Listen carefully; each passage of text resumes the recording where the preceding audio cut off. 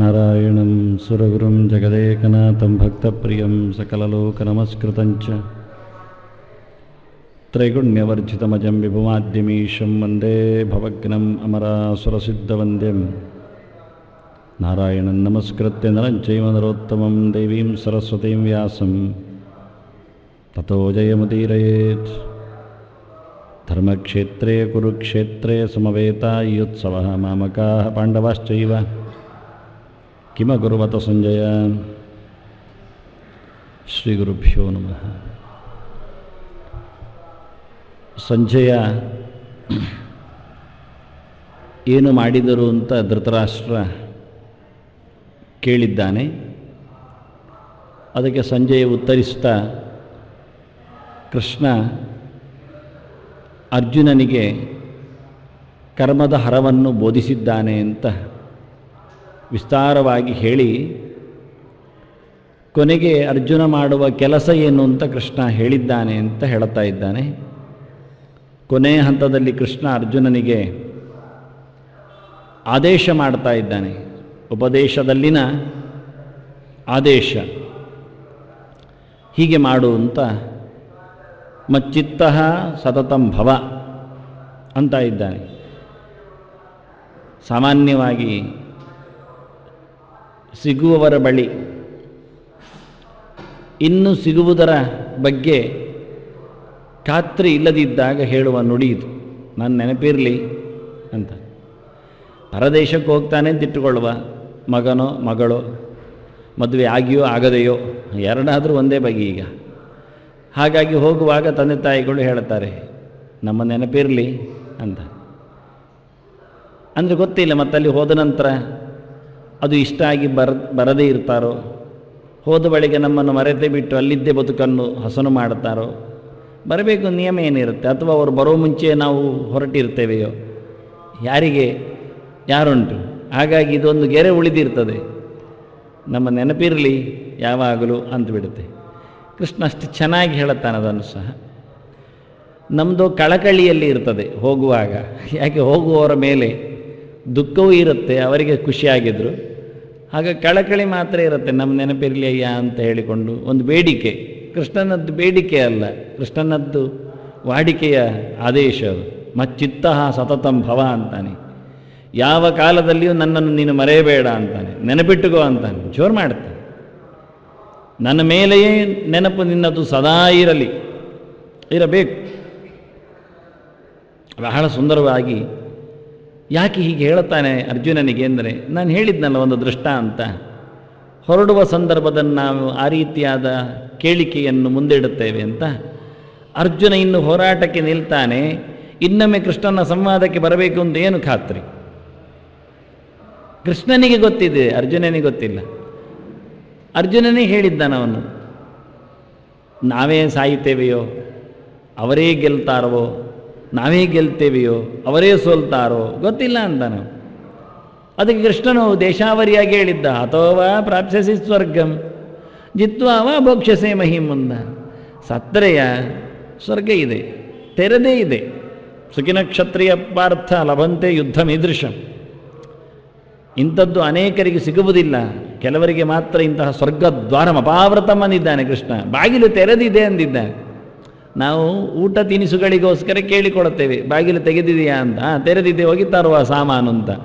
ಇವ ಬಹಳ ಸುಂದರವಾಗಿ ತನ್ನ ಜೀವವನ್ನು ಆರಾಮವಾಗಿ ಇಡಲಿಕ್ಕೆ ತಾಣಕ್ಕೆ ಬಾಗಿಲು ತೆರೆದಿದೆ ಅಂದಿದ್ದಾನೆ ಕೃಷ್ಣ.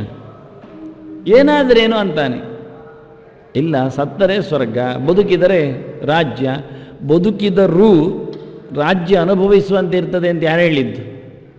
ಕೈಕಾಲ ಮುರಿದುಕೊಂಡು ಬದುಕಿದರೆ ಹೇಗೋದಾಗತ್ತೆ?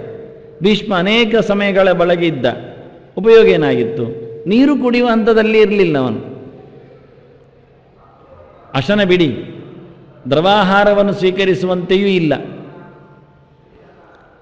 ಹಾಗಾಗಿ ಕೃಷ್ಣ ಎಷ್ಟು ಚೆನ್ನಾಗಿ ಹೇಳಿದ್ದ ಸ್ಪಷ್ಟವಾಗಿ. ಮತ್ತು ಕೃಷ್ಣ ಹೇಳಿದ್ದ, ಮೈವೈತೆ ನಿಹತಾಹ ಸರ್ವಮೇವ ಪೂರ್ವಮೇವ ನಿಮಿತ್ತ ಮಾತ್ರ ಭವ ಅಂತ.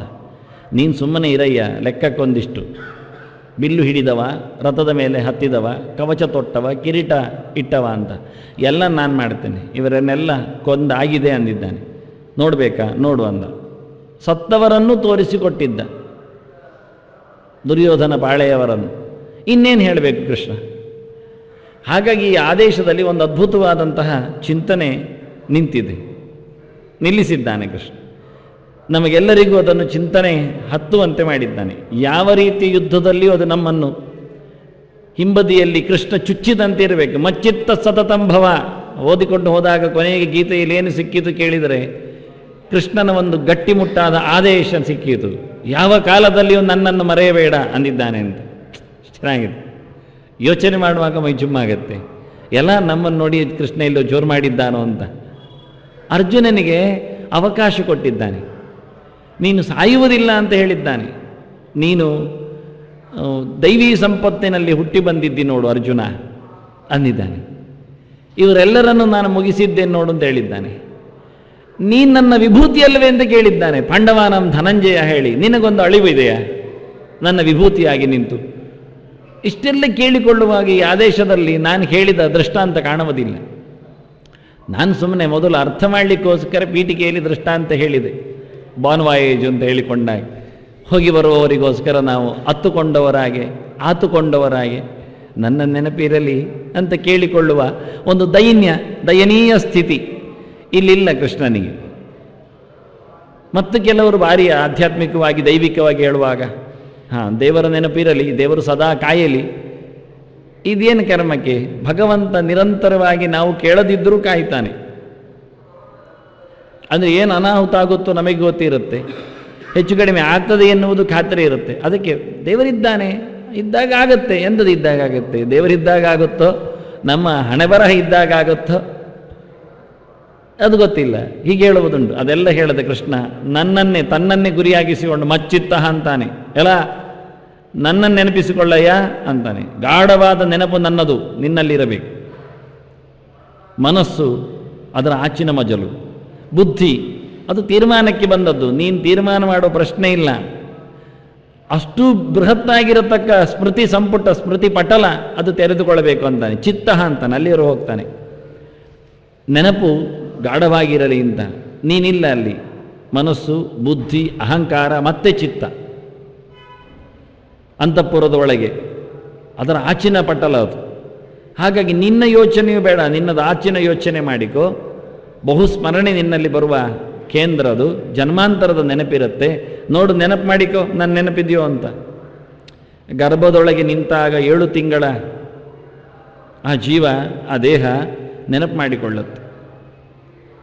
ನಾಥಮಾನಃ ಋಷಿರ್ಭೀತಃ ಸಪ್ತವದ್ರಿಹಿ ಕೃತಾಂಜಲಿ ಸ್ತುವೀತಯಂ ವಿಕ್ಲಭಯ ವಾಚಾ ಏನೋದರರ್ಪಿತಃ ಅಂತ. ಈ ಹೊಟ್ಟೆಯೊಳಗೆ ನನ್ನನ್ನು ಇಟ್ಟವರು ಯಾರು? ಅದರ ಯೋಚನೆ ಒಳ್ಳೆ ಗಟ್ಟಿ ಪ್ರಶ್ನೆ ಅದರದ್ದು. 7 ತಿಂಗಳ ಮಗು ಗರ್ಭದೊಳಗೆ ಯೋಚನೆ ಮಾಡ್ತಾ ಉಂಟು. ಅದರಲ್ಲಿ ಬೆರಳು ಲೆಕ್ಕ ಮಾಡಲಿಕ್ಕೆ, ಬೆರಳು ತೆರೀಲಿಕ್ಕೆ ಆಗುವುದಿಲ್ಲ. ಅದಕ್ಕೆ ಕಾಲಲ್ಲಾಡಿಸಲಿಕ್ಕೆ ಕಾಲು ಕಟ್ಟಿ ಹಾಕಿಬಿಟ್ಟಿದೆ. ಬೆಳೆಯುವಣಿಗೆಯ ಹಂತದಲ್ಲಿ ಕೈಕಾಲುಗಳಿಗಿನ್ನು ಜಾಗ ಇಲ್ಲ ಅಲ್ಲಿ. ಮತ್ತೆ ತಿನ್ನುವುದೇನು? ಇನ್ನೇನು ದೋಸೆ ಮಾಡ್ತಾರೆ, ಇಡ್ಲಿ ಹಾಕ್ತಾ ಇದ್ದಾರೆ, ಅದಕ್ಕೆ ಕಾಣುವುದೇ ಇಲ್ಲ. ಎಂತ ಕೊಡ್ತಾರೆ ಗೊತ್ತಿಲ್ಲ, ಎಷ್ಟು ಕೊಡ್ತಾರೆ ಗೊತ್ತಿಲ್ಲ, ಹೇಗೆ ಕೊಡ್ತಾರೆ ಗೊತ್ತಿಲ್ಲ, ಹೇಗೆ ಬರುತ್ತೋ ಗೊತ್ತಿಲ್ಲ. ಬದುಕುವುದಷ್ಟೇ ಗೊತ್ತಿರುತ್ತೆ ಅದಕ್ಕೆ. ಆದರೆ ಅದರ ಪ್ರಶ್ನೆಯೇ ಇಲ್ಲ. ಆಹಾರದ ಯೋಚನೆ ಇಲ್ಲ, ವಿಹಾರಕ್ಕೆ ಅಲ್ಲಿ ಸಾಮ್ರಾಜ್ಯ ಇಲ್ಲ, ಪಂಜರ. ಒಂದು ಓಡಿಸಬಹುದು ಏನು ಕೇಳಿದರೆ ಮನಸ್ಸು ಮಾತ್ರ. ಕೈಕಾಲುಗಳಿಗೂ ಇಲ್ಲ ಅಲ್ಲಿ ಕೆಲಸ. ಆದ್ದರಿಂದ ಎಲ್ಲ ತುಂಬಿತು ಅಂದಾಗ ಅದರದ್ದು ಮೊದಲು ಕೆಲಸ ಮಾಡುವುದು ಮನಸ್ಸು. ಪ್ರಬುದ್ಧವಾಗಿ ಕೆಲಸ ಮಾಡುತ್ತೆ, ದೊಡ್ಡ ಪ್ರಶ್ನೆ ಹಾಕಿಕೊಳ್ಳುತ್ತೆ. ಇಲ್ಲಿ ನನ್ನನ್ನು ಬಂಧನದಲ್ಲಿಟ್ಟದ್ದು ಯಾರು ಅಂತ. ಈ ಹೊಟ್ಟೆ ಒಳಗೆ ನನ್ನನ್ನು ಗಟ್ಟಿ ಹಾಕಿದವನು ಯಾರು? ಇದರಿಂದ ನಾನು ಪಾರಾಗುವುದು ಹೇಗೆ? ಪಾರಾದರೆ ಮತ್ತೆ ಇಲ್ಲಿ ಸಿಕ್ಕಿ ಬೀಳದಂತೆ ಏನು ಮಾಡಬೇಕು? ಎಲ್ಲ ಲೆಕ್ಕಾಚಾರ ರೀ, ಭಾಳ ಚೆನ್ನಾಗಿರುತ್ತೆ. ಹೊರಗೆ ಬಂದಂದ್ರೆ ಅದೆಲ್ಲ ಮರೆತೋಗಿರುತ್ತೆ. ಹೊರಗೆ ಬಂದವರು ಎಲ್ಲ ನೋಡಿಕೊಳ್ಳುತ್ತಾರೆ, ನೋಡಿಕೊಂಡು ಬಹಳ ಚೆನ್ನಾಗಿ ಕರೆದು ಬಿಡ್ತಾರೆ, ಯಾವುದೋ ಒಂದು ಮುದ್ದಾದ ಹೆಸರಿಡ್ತಾರೆ, ಮತ್ತು ಇನ್ನೇನು ಹಣೆಪಟ್ಟಿ ಕಟ್ಟಿ ಬಿಡ್ತಾರೆ. ಬಂದವರ ಹತ್ರಲ್ಲೇ ಹೇಳಿಕೊಳ್ಳುತ್ತಾರೆ, ಈ ಮಗುವನ್ನು ನಾನು ಡಾಕ್ಟ್ರು ಮಾಡುವುದೇ, ಏನು ಎಷ್ಟೋ ಹೆಣ ತೆಗಿಲಿಕ್ಕ ಏನು ಹೇಳಿಬಿಡ್ತಾರೆ ಅಲ್ಲೇ ಹೇಳಲಿಕ್ಕೆ. ನಾನು ಇಂಜಿನಿಯರಿಂಗೇ ಓಡಿಸುವುದು, ಕಟ್ಟಡ ನೆಲಸಮ ಮಾಡಲಿಕ್ಕೆ, ಮತ್ತೇನು ಮಾಡ್ತಾರೆ ಉಪಕಾರ? ಇಷ್ಟೇ ತಾನೇ. ನಾನಿನ್ನು ಹೇಳಿದ್ನಲ್ಲ, ಕರ್ಮ ಸಿದ್ಧಾಂತ ಎಷ್ಟು ಜೋರಿ ಇರ್ತದೆ ಅಂತ. ನಾವೊಬ್ಬ ನಮ್ಮವನು ಅಂತ ಇಟ್ಟುಕೊಂಡು ನಾವು ಅವನಿಗೆ ಧನ ಸಹಾಯ ಮಾಡಿ ಅವನಿಗೆ ನಾವು ಇಂಜಿನಿಯರ್ ಓದಿಸಿಬಿಟ್ರೆ ಸಿವಿಲ್ ಅವನು ಮಾಡಿದರೆ ತಂತ್ರಜ್ಞಾನ ಆಗಿಬಿಟ್ರೆ ನಾಳೆ ಬೀಳುವ, ಬೀಳಿಸುವ, ಬೋಗಸ್ ಮಾಡುವ, ತಿನ್ನುವ ಎಲ್ಲ ಸಿಮೆಂಟಿಗೂ ನಾವು ಪಾಲುದಾರರಾಗ್ತೇವೆ. ಕರ್ಮ ಸಿದ್ಧಾಂತ. ಕೇಳಿಕೊಂಡು ಬಂದರೂ ಕೊಡಬೇಡಿ. ಯಾಕೆ ಕೊಡಬೇಕು ಕೇಳ್ತಾರೆ.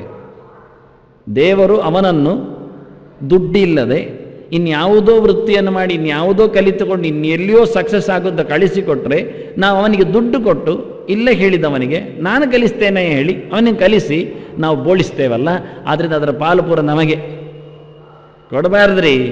ಯಾರು ಹೇಳಿದ್ದು? ಆ ಕರ್ಮದಿಂದ ದೇವರ ಸೇವೆ ಆಗತ್ತೆ ಅಂತ ಕೃಷ್ಣ ಹೇಳಿದ್ದಲ್ಲ, ಸ್ವಕರ್ಮಣ ತಮಭ್ಯರ್ಚ ಅಂತ. ನಾನು ಅವನನ್ನು ಬಡವನನ್ನಾಗಿ ಸೃಷ್ಟಿಸಿ ಇಂಥದ್ದು ಓದಿಕೊಂಡು ಇಂಥ ಕಡೆ ಹೋಗೊಂಡು ಬಿಟ್ಟಿದ್ದೇನೆ, ಇನ್ನೊಬ್ಬರ ಹತ್ರ ಸಹಾಯ ಕೇಳಿ ಅನ್ಯಾಯ ಮಾಡಿದ್ನ ಮಾಡ್ತೇನೆ ದೇವರು ಅಂತಾನೆ. ಇನ್ನೊಂದಿಷ್ಟು 100 ಜನ್ಮಕ್ಕೆ ಬೇಕಾದ್ದನ್ನು ಕೊಟ್ಟು ಬಿಡ್ತಾನೆ. ಅವೆಲ್ಲ ಹೆಗ್ಗಣಗಳಿಗೆ ಬೇಕಾಗಿರತಕ್ಕ ಜಾಗಗಳು, ಕೆಲಸಗಳು.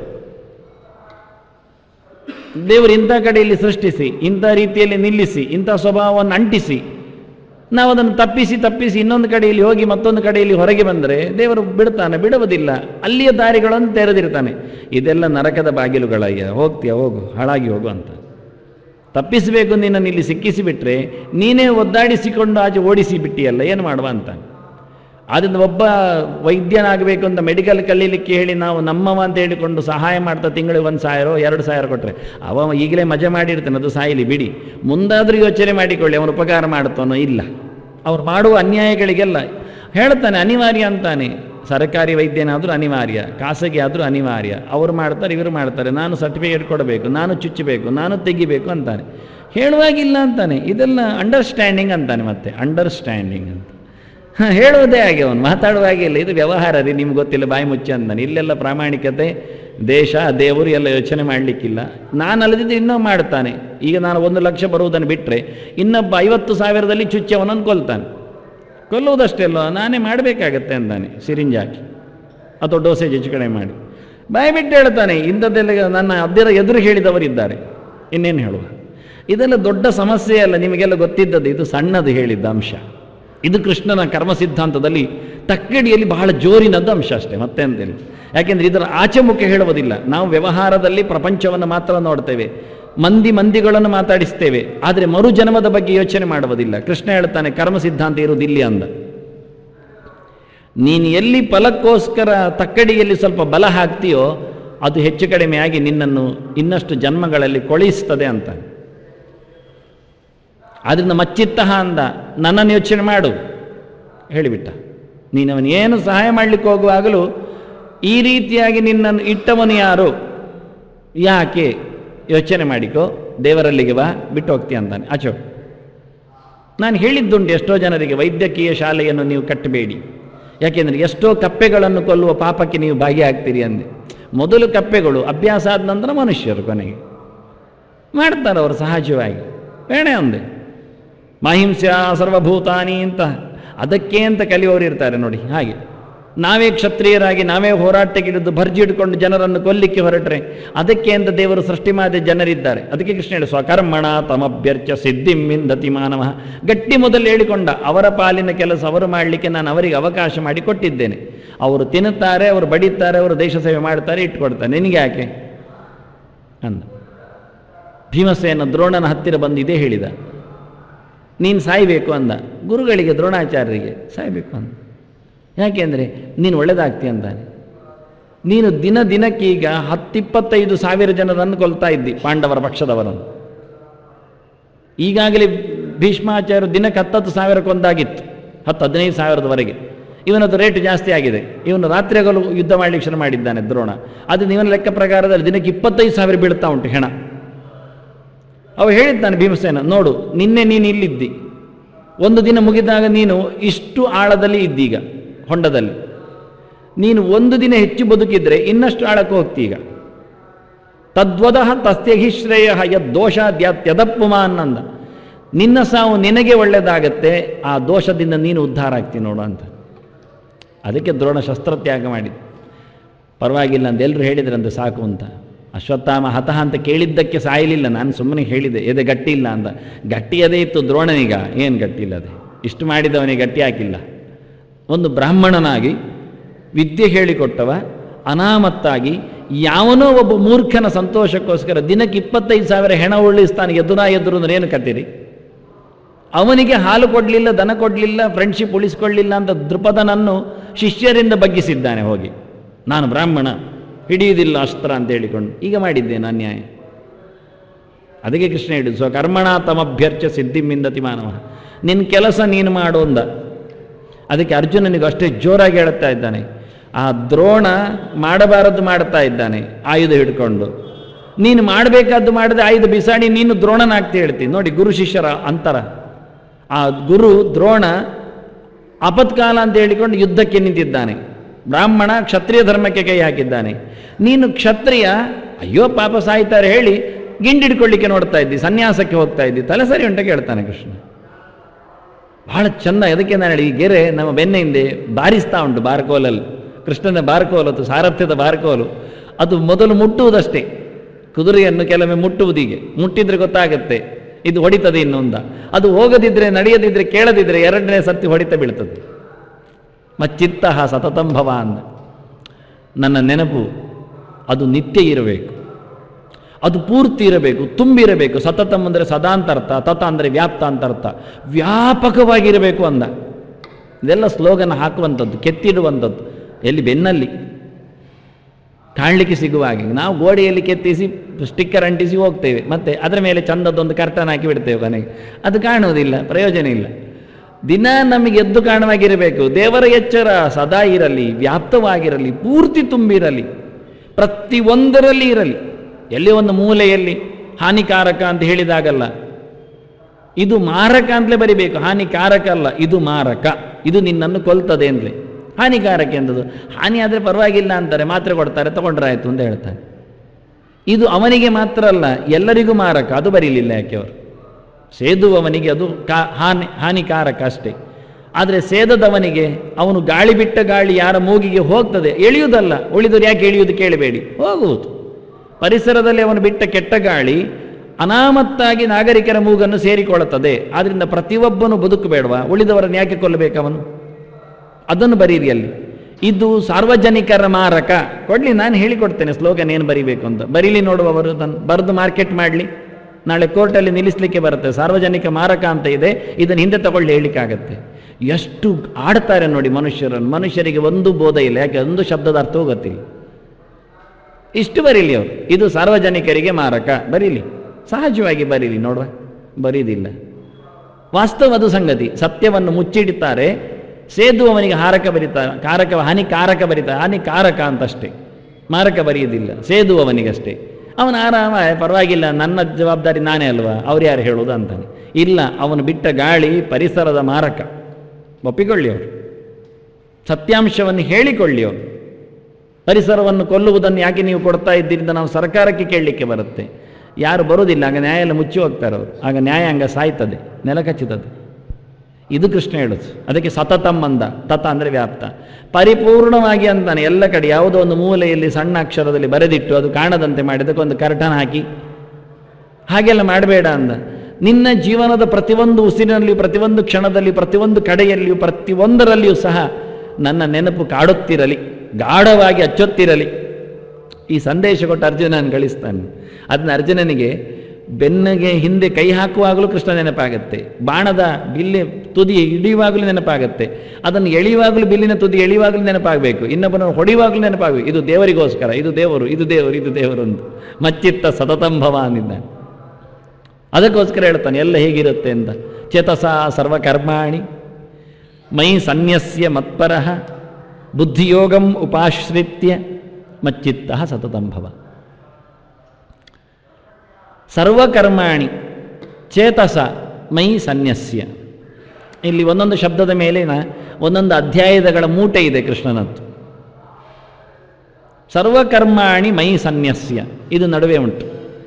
ಎಲ್ಲ ಕೆಲಸಗಳನ್ನು ನನಗೆ ಒಪ್ಪಿಸು. ಸುಲಭದ ಮಾತು.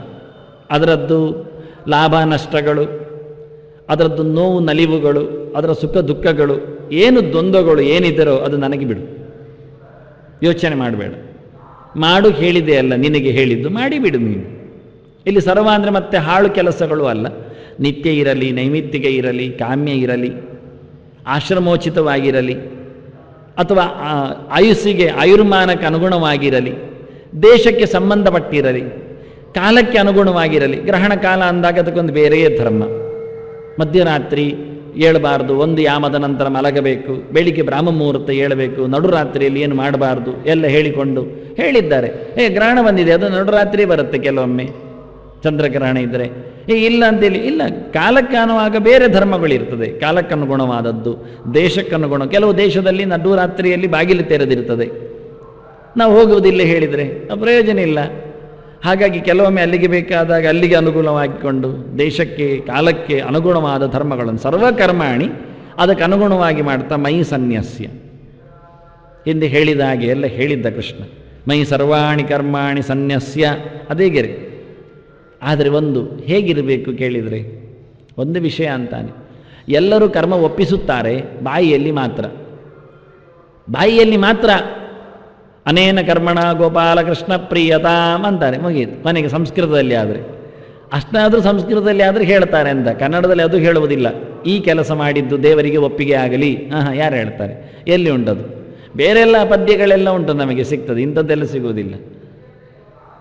ಅದನ್ನು ಇದನ್ನು ಹೇಳಿಕೊಟ್ಟ, ದೇವರಿಗೆ ಒಪ್ಪಿಸುವ ಕೆಲಸಗಳನ್ನು ಎಲ್ಲವನ್ನೂ ಎಲ್ಲರೂ ಮಾಡ್ತಾರೆ.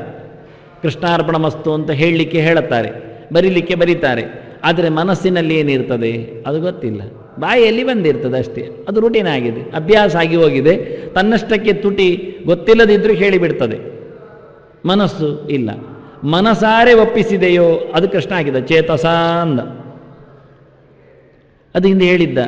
ಮೈ ಸರ್ವಾಣಿ ಕರ್ಮಾಣಿ ಸನ್ಯಸ್ಯ ಅಧ್ಯಾತ್ಮ ಚೇತಸ ಅಂದ. ಅದೆಂಥದ್ದು ಅಧ್ಯಾತ್ಮ ಅಂದರೆ? ಅದಕ್ಕೆ ಇಲ್ಲಿ ಆಗಿದೆ ಮತ್ಪರಹ ಅಂದ, ಇನ್ನೊಂದು ಶಬ್ದ ಆಗಿದ್ದು. ಒಪ್ಪಿಸುವಾಗ ನಮಗೆ ಕೆಲವು ಗೆರೆಗಳೆಲ್ಲ ಆದರ್ಶವಾಗಿ ಎದುರು ಬರುವುದುಂಟು. ಆಕಾಶಾತ್ ಪತಿತಂತೋಯಂ ಯಥಾಗಚ್ಚತಿ ಸಾಗರಂ ಸರ್ವದೇವ ನಮಸ್ಕಾರ ಕೇಶವಂ ಪ್ರತಿ ಗಚ್ಚತಿ ಇಂದ. ನಮ್ಮದು ಬಹಳ ಉದಾರವಾಗಿರತಕ್ಕಂತಹ, ಯಾರು ಹೇಳಿದ್ರು ಹಾಗೆ, ನಮ್ಮದೆಲ್ಲ ಚಿಂತನೆಗಳಂದರೆ ಅವಧಾನ ಪ್ರಪಂಚಕ್ಕೆ ಬಂದಾಗ ಈ ಶಬ್ದಗಳೆಲ್ಲ ವ್ಯತ್ಯಾಸ ಆಗುವುದುಂಟು. ಉದಾರ ಚರಿತಾನ ಅಂತ ವಸುದೈವ ಕುಟುಂಬಕಂ ಅಂತ. ಇಡೀ ಜಗತ್ತೇ ನಮ್ಮದು ಮನೆ ಆಗಿಬಿಡ್ತದೆ ಆಗ ಅಂತ. ಹೌದು, ನಮಗೆ ಬೇಕಾದಾಗ ನಾವು ಇಡೀ ಜಗತ್ತನ್ನು ಮನೆ ಮಾಡಿಕೊಳ್ತೇವೆ, ಮತ್ತೆ ಇಲ್ಲದಿದ್ದರೆ ನಾವು ಮಾತ್ರವೇ ಒಂದು ಮನೆ ಆಗಿಬಿಡ್ತೇವೆ. ಅದು ಯಾಕೆ ಕೇಳಿದರೆ ವಸುದೈವ ಕುಟುಂಬಂ ಅಂತ ಹೇಳಿಬಿಡ್ತಾರೆ. ಕುಟುಂಬ ಇದ್ದದ್ದು ಕುಂಬಳ ಆಗಿಬಿಟ್ಟಿದೆ ಈಗ. ಕೆಳಗೆ ಹೇಳಿದೆ ನಿನ್ನೆಂದದ್ದು ದೊಡ್ಡ ಕುಂಬಳ ಅಂತ, ಆಡುಭಾಷೆಯಲ್ಲಿ ಇರೋದು. ಕುಂಬಳಕಾಯಿ ದೊಡ್ಡ ಸಂಗತಿ ಆದ್ದರಿಂದ ವಸುದೈವ ಕುಟುಂಬಂ ಹೇಳಿಬಿಡ್ತಾನೆ ಅವನ ಮನೆಗೆ. ಕುಟುಂಬ ಹೋಗಿ ಕುಂಬಳಾಗಿ ಹೋಗ್ತದೆ ಕೊನೆಗೆ, ಪ್ರಯೋಜನ ಇಲ್ಲ ಅಂತ. ಹಾಗೆ ಮಾಡಿಕೊಳ್ತಾರೆ ವಾಸ್ತವವಾದ ಸಂಗತಿಗಳು. ಹಾಗೆ ಮತ್ಪರಹ ಎನ್ನುವ ಮೂಲಕ ಕೃಷ್ಣ ನಿಲ್ಲಿಸಿಬಿಟ್ಟ ಯೋಚನೆಗಳನ್ನು. ಕೇಶವನಿಗೆ ಎಲ್ಲವೂ ಹೋಗುತ್ತೆ, ನಾವು ಏನು ಮಾಡಿದರೂ ನಡೆಯುತ್ತೆ ಅಂತ ಆದರ್ಶವಾದಿಗಳು ಯಾವುದೋ ಒಂದು ಗೆರೆಯನ್ನು ಹೇಳಿಕೊಂಡು ಅದರ ಸ್ಪಿರಿಟ್ ಏನು ಆಂತರ್ಯನ್ನು ಹೇಳುವುದಿಲ್ಲ. ಅದು ಎಲ್ಲಿಯ ಪ್ರಕರಣ, ಎಲ್ಲಿ ಬಂದದ್ದು ತಿಳಿಸುವುದಿಲ್ಲ. ಯಾರಿಗೆ ನಮಸ್ಕಾರ ಮಾಡಿದ್ರೇನೆಯ ಮಳೆ ನೀರು ಹೋಗಿ ಸಮುದ್ರಕ್ಕೆ ಹೋಗುವುದಲ್ವಾ? ಅದು ಹಿಂಗಿ ಹೋಗಲಿ ಅಥವಾ ಹಾಗೆ ಹರಿದು ಹೋಗಲಿ, ಅದು ತೋಡಿಗೆ ಸೇರಲಿ ಎಲ್ಲಿ ಬಿದ್ದಿರಲಿ, ಹಾಗೆ ತಾನೇ ಮತ್ತೇನು ಅಂತಾರೆ. ಆದ್ದರಿಂದ ನಾನು ಯಾರಿಗೆ ನಮಸ್ಕಾರ ಮಾಡಿದರೂ ದೇವರಿಗೆ ಹೋಗ್ತದಲ್ವಾ? ಹೇಳುವುದು ಯಾಕೆ ಕೃಷ್ಣಾರ್ಪಣ ಮಸ್ತು ಮತ್ತೊಂದು ಅಂತ? ಎಲ್ಲ ದೇವರು ಪೂಜೆ ಮಾಡ್ತೇವೆ, ಎಲ್ಲರೂ ಇರಲಿ ನಮಗೆ ಅಂತಾರೆ, ಮುಗಿದಾಯಿತು. ಹೀಗೆ ಹೇಳಿಕೊಂಡು ನಮ್ಮನ್ನೇ ಬಾಯಿ ಮುಚ್ಚಿಸ್ತಾರೆ ಅಥವಾ ನಮ್ಮನ್ನೇ ಸಮಾಧಾನಗೊಳಿಸ್ತಾರೆ. ಸರಿ ತಾನೇ, ಅವರ ವಾದವನ್ನು ಇಟ್ಟುಕೊಳ್ಳುವ. ಎಲ್ಲ ದೇವರಿಗೂ ನಮಸ್ಕಾರ ಮಾಡಿದ್ದು ದೇವರಿಗೆ ಹೋಗುವುದಲ್ವಾ? ಹಾಗಾದರೆ ದೇವರಿಗೆ ನಮಸ್ಕಾರ ಅಂತ ಹೇಳಿಬಿಡಿ, ಏನಾಯಿತು? ಪೆದಮ್ ಯಾಕೆ ಮಾಡಬೇಕು? ಉಳಿದವರಿಗೆ ನಮಸ್ಕಾರ ಅಂತ ಹೇಳಿ ಅವನಿಗೆ ಹೋಗಲಿಕ್ಕೆ ಬಿಡುವುದು ಯಾಕೆ? ನೇರ ನೀವು ಅವನಿಗೆ ಕೊಟ್ಟರೆ ಏನಾಗುತ್ತೆ ಸಂಕಟ? ಅದೇ ಆಗೋದಿಲ್ಲ. ಅದೇ ದುರಾಗ್ರಹ ಅಂದರೆ ಅದೇ ಪ್ರಿಜುಡೈಸ್ ಮೈಂಡೆಡ್ ಹೇಳ್ತೇವೆ. ಅದನ್ನೇ ನೀವು ಎಲ್ಲಿಯೋ ಒಂದು ಕಡೆಯಲ್ಲಿ ಕಟ್ಟಿ ಕೂತಿದ್ದೀರಿ, ಹೊರಗೆ ಬರಲಿಕ್ಕೆ ನಿಮ್ಮನ್ನು ಆಗ್ತಾ ಇಲ್ಲ, ಅದು ಕಷ್ಟ. ಅದಕ್ಕೆ ಕೃಷ್ಣ ಎಲ್ಲಿ ಇಟ್ಟುಕೊಂಡ, ಯಾರದ್ದೋ ಸುತ್ತು ಬಳಸಿ ಅವರಿಗೆ ಕೊಟ್ಟು ಕಳಿಸಿ ನನ್ನನ್ನು ಮುಗಿಸ್ತೇನೆ ಹೇಳಬೇಡ. ಮತ್ಪರಹ, ನಾನೇ ಪರದೈವ ಎನ್ನುವುದು ಗಟ್ಟಿ ಮಾಡಿಕೊ. ನಾನಿಲ್ಲದೆ ಇನ್ನೊಂದು ದೊಡ್ಡ ಸೊತ್ತು ಇಲ್ಲ ಎನ್ನುವುದನ್ನು ಖಾತ್ರಿ ಮಾಡಿಕೊ. ಮೊನ್ನೆ ಇತ್ತೀಚೆಗೆ ಮತ್ತೂ ಒಂದೊಬ್ಬರು ಲೇಖನ ಬರೆದು ಕೊಟ್ಟರು, ಬಹಳ ಚೆನ್ನಾಗಿದೆ, ಗಮ್ಮತ್ತಿದೆ. ಚೆನ್ನಾಗಿದೆ ಅಂದರೆ ಬರವಣಿಗೆ ಚೆನ್ನಾಗಿದೆ ಅಂತ ವಿಷಯ ಅಲ್ಲ. ಸುಮ್ಮನೆ ಗಲಾಟೆ ಮಾಡ್ತಾರ್ರಿ, ಹರಿ ಹರ ಬ್ರಹ್ಮ ಭೇದ ಇನ್ನೊಂದು ಅಂತ. ಪುರಾಣಗಳು ಯಾರನ್ನು ದೊಡ್ಡದು ಮಾಡಲಿಲ್ಲ, ಕೆಳಗೂ ಮಾಡಲಿಲ್ಲ. ಅವರವರಿಗೆ ಬೇಕಾದಾಗ ಅವರವರನ್ನು ಪೂಜೆ ಮಾಡಿಕೊಳ್ಳುತ್ತಾರೆ, ಜಪ ಮಾಡಿಕೊಳ್ಳುತ್ತಾರೆ. ಆದ್ದರಿಂದ ರುದ್ರನನ್ನು ಜಪ ಮಾಡಿದ್ದು ಉಂಟು ಕೈಲಾಸಕ್ಕೆ ಹೋಗಿ ಕೃಷ್ಣ ಮಕ್ಕಳಾಗಬೇಕು ಅಂತ. ಆದ್ದರಿಂದ ರುದ್ರದೇವರು ದೊಡ್ಡವ ಮಕ್ಕಳು ಕೊಡುವಲ್ಲಿ ಅಂದ. ಕೃಷ್ಣನಿಗೂ ಶಿವ ದೊಡ್ಡವನೇ ಆಗ್ತಾನೆ. ಶಿವನು ಸಹ ಇವನ ಹತ್ರ ಒಂದು ದುರ್ವಾಸನ ಪ್ರಕರಣದಲ್ಲಿ ಆಗುವಾಗ, ಅಂಬರೀಷನ ಉಪಾಖ್ಯಾನದಲ್ಲಿ ಆಗುವ, ಏಕಾದಶಿ ಗಲಾಟೆಯಲ್ಲಿ ಆಗುವ ಚಕ್ರದಲ್ಲಿ ಪೆಟ್ಟು ತಿಂದು ಓಡಿದ್ದಾನೆ ಅಂದ. ಕೃಷ್ಣನ ಚಕ್ರಕ್ಕೂ ರುದ್ರದೇವರು ಹೆದರುತ್ತಾರೆ. ಅಂದ ಒಬ್ಬರಿಗೊಬ್ಬರು ಬೇಕೇ, ಆದರೆ ಇವರಲ್ಲಿ ಯಾರು ಬೇರೆ ಮೇಲೆ ಕೆಳಗೆ ಮತ್ತೊಂದು ಇನ್ನೊಂದಿಲ್ಲ, ಎಲ್ಲ ಒಂದೇ ಅಂತಾರೆ ಕೊನೆ. ಅಲ್ಲ ಅಷ್ಟು ಹೇಳಿಕೊಂಡು ಮತ್ತೆ ಮೇಲೆ ಕೆಳಗಿಲ್ಲ ಅಂದರು ಮತ್ತೆ ಸಮ ಅಂತ ಹೇಳಲಿಕ್ಕೆ ಹೋಗುವುದಿಲ್ಲ, ಮತ್ತೆ 3 ಜನ ಉಂಟು ಹೇಳೋದಿಲ್ಲ, ಕೊನೆಗೆ ನಿಲ್ಲಿಸುತ್ತೆ ಎಲ್ಲ ಒಂದೇ ಅಂತಾರೆ. ಇದು ಎಂದಂತ ಅರ್ಥವೇ ಆಗುವುದಿಲ್ಲ. ಯಾವ ಪದಾರ್ಥಗಳು ಲೋಕದಲ್ಲಿ ಒಂದರ ಹಾಗೆ ಒಂದಿಲ್ಲ, ಯಾವ ಗುಣಧರ್ಮಗಳು ಒಂದನ್ನೊಂದು ಹೊಡ್ಕೊಳ್ಳುವುದು ಸರಿಯಾಗುವುದಿಲ್ಲ. ಅವರಿಗೆ ಹೇಳಿಕೊಳ್ಳಿಕ್ಕೆ ತೊಂದರೆ ಇಲ್ಲ, ಅದರ ನಿಜವಾದ ಅರ್ಥ ಹುಡುಕುವುದಿಲ್ಲ. ಕೈಲಾಸ ಯಾತ್ರೆಯನ್ನು ಹೋಗುವಾಗಲೇ ಕೃಷ್ಣ ಹೇಳಿಕೊಂಡು ಹೋಗ್ತಾನೆ. ಆದರೂ ಹೋದ ನಂತರ ಯಾತ್ರೆ ಆಯಿತಾ? ಆಯಿತು. ಮಕ್ಕಳು ಬಂದ? ಅದು ಬರಲಿಲ್ಲ. ಮತ್ತು ರುದ್ರದೇವರೇ ಅಂತ ಹೇಳಿದರು, ನಾನು ನಿಮಗೆ ಮೊದಲೇ ಕೊಟ್ಟಿದ್ದೇನಲ್ಲ ಮಗು, ಅದು ನನ್ನದೇ ಅಂದ. ಅಯ್ಯ ವಿಚಿತ್ರವೇ, ಇದು ಎಲ್ಲಿಯಾದರೂ ಉಂಟಾ? ಕೃಷ್ಣ ಮಗು ಬೇಕು ಅಂತ ಕೈಲಾಸಕ್ಕೆ ಹೋದದ್ದಂತೆ, ತಪಸ್ಸು ಮಾಡಿದ್ದಂತೆ, ಮತ್ತು ಹಿಂದೆ ಬಂದದ್ದೇನು ಕೇಳಿದರೆ ಅಲ್ಲಿ ರುದ್ರದೇವರು ಸಿಕ್ಕಿದ್ದಂತ ಹೇಳಿದರು, ನಿನಗೆ ಮೊದಲಾಗಿದೆ ಅಲ್ಲ ಮಗು? ಹೌದು ಆಗಿದೆ, ಪ್ರದ್ಯುಮ್ನುಟ್ಟಿದ್ದಾನೆ, ಅದು ನಾನೇ ಕೊಟ್ಟದ್ದು, ಹೋಗಯ್ಯ ಅನ್ನಂತೆ. ಮತ್ತೆ ತಪಸ್ಸೆ ಹಾಕಿಬೇಕು.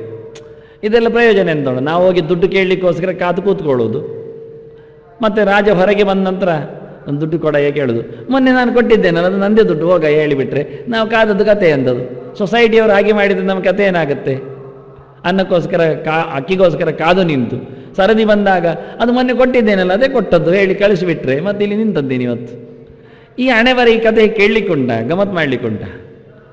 ಇಷ್ಟಾಗಿಯೂ ಕೃಷ್ಣ ಹೊರಡುವ ಮುಂಚೆ, ಮೊದಲೇ ಕೃಷ್ಣ ಈ ಲೋಕಕ್ಕೆ ಬರುವ ಮುಂಚೆ, ಅವತರಿಸುವ ಮುಂಚೆಯೇ ಅವರ ಹತ್ರ ಹೇಳಿದ್ದಾನೆ, ನಾನು ನಿನ್ನಲ್ಲಿಗೆ ಬರಲಿಕ್ಕುಂಟು ಕೈಲಾಸಕ್ಕೆ, ನಾನು ಮಗನಿಗೋಸ್ಕರ ಬರ್ತೇನೆ, ನೀನಾಗ ನನಗೆ ಮಕ್ಕಳಾಗಲಿ ಅಂತ ಹೇಳಬೇಕು. ಇವು ಮೊದಲೇ ಇದು ಚೌಕಿಯಲ್ಲಿ ಮಾತಾಡಿಕೊಂಡು ಬರ್ತಾರಲ್ಲ, ಚೌಕಿ ಅಂದರೆ ಬಣ್ಣ ಹಚ್ಚುವ ಚೌಕಿ, ಚೌಕಿಯಿಂದ ಎರಡೆರಡು ಚೌಕಿ ಇದು. ಊಟ ಮಾಡೋದೊಂದು ಚೌಕಿ ಉಂಟು, ಬಣ್ಣ ಕಕ್ಕುವ ಚೌಕಿ ಉಂಟು, ಬಣ್ಣ ಮೆತ್ತುವ ಚೌಕಿ ಉಂಟು, ಎರಡು. ಇದು ಬಣ್ಣ ಮೆತ್ತುವ ಚೌಕಿ, ಇದು ಬಣ್ಣ ಹಾಕ್ಕೊಳ್ಳುವ ಚೌಕಿಯಲ್ಲಿ.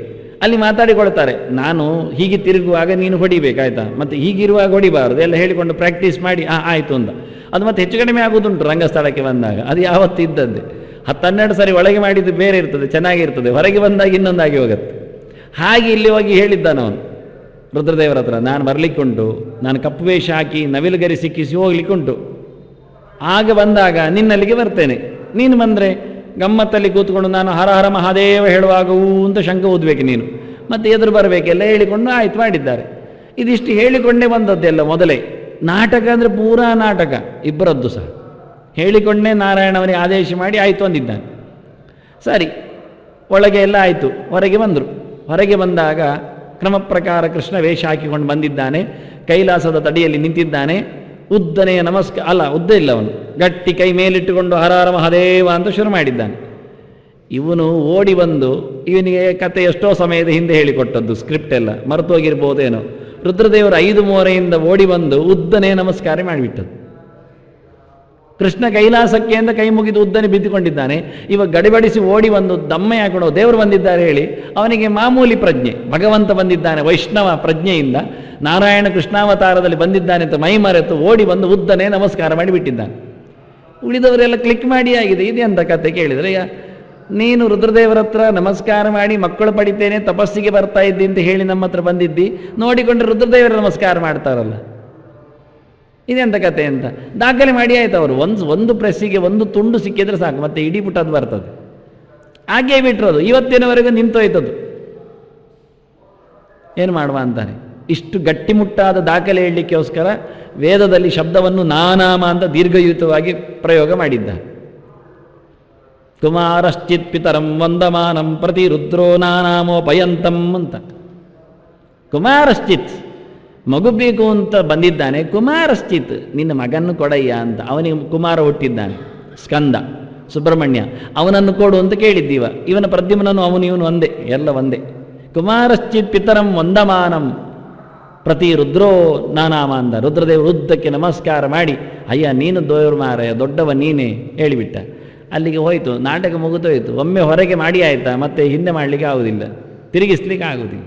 ಹೀಗೆಲ್ಲ ಬಹಳ ಸುಂದರವಾದ ಕೆಲವೆಲ್ಲ ಕೃಷ್ಣನ ಭಗವಂತನ ಲೀಲೆಗಳು ಕಾಣಲಿಕ್ಕುಂಟು. ನಾವು ಅದನ್ನು ನೋಡದೆ, ವೇದ ಮಂತ್ರಗಳನ್ನು ಇತರಗಳನ್ನು ಚಿಂತನೆ ಮಾಡದೆ ಒಟ್ಟಾರೆ ಹೇಳಿಕೊಂಡು ಅವರಿವರು ಎಲ್ಲ ಒಂದೇ ಮಾಡ್ತಾರೆ. ಅದಕ್ಕೆ ಕೃಷ್ಣ ಹೇಳ್ತಾನೆ, ಇಲ್ಲ ಅಂದ, ನಾನು ದೊಡ್ಡವನು ದೊಡ್ಡವನೇ.